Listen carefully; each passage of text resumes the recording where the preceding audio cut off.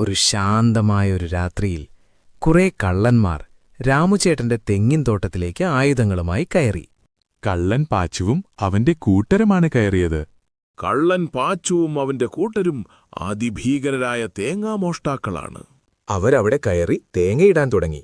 അപ്പോൾ രാമുചേട്ടൻ ആ ശബ്ദം കേൾക്കുകയും പുറത്തേക്കിറങ്ങി നോക്കുകയും ചെയ്തു. ഉടൻ തന്നെ ആ കള്ളന്മാർ രാമുചേട്ടനെ ചുറ്റും വളഞ്ഞ് അവിടെയുണ്ടായിരുന്ന ആ മരത്തിൽ കെട്ടിയിട്ടു. രാമുചേട്ടൻ രക്ഷിക്കണേ രക്ഷിക്കണേ എന്ന് അലറി വിളിച്ചു. രാമുചേട്ടൻ രക്ഷിക്കണേ രക്ഷിക്കണേ എന്ന് അലറി വിളിച്ചിട്ടും അവർ വീണ്ടും ഭീഷണിപ്പെടുത്തി. പെട്ടെന്നൊരു ജീപ്പിന്റെ ശബ്ദം അവർ കേട്ടു. അത് മറ്റാരുടെയുമല്ല, കില്ലാടിയുടേതായിരുന്നു ആ ജീപ്പ്.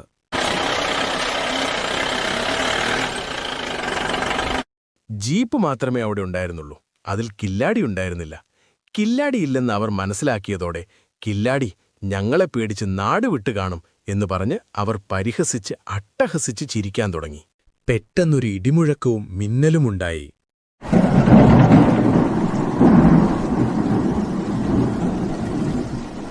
ആ ശബ്ദം കേട്ടത് മാത്രം അവർ പേടിച്ച് വിറച്ചോടി. ആ ഇടിമിന്നൽ ഒരു സിംഹത്തിന്റെ ഗർജനം തന്നെയായിരുന്നു. ആ ഇടിമിന്നലിന്റെ ഇടയിലൂടെ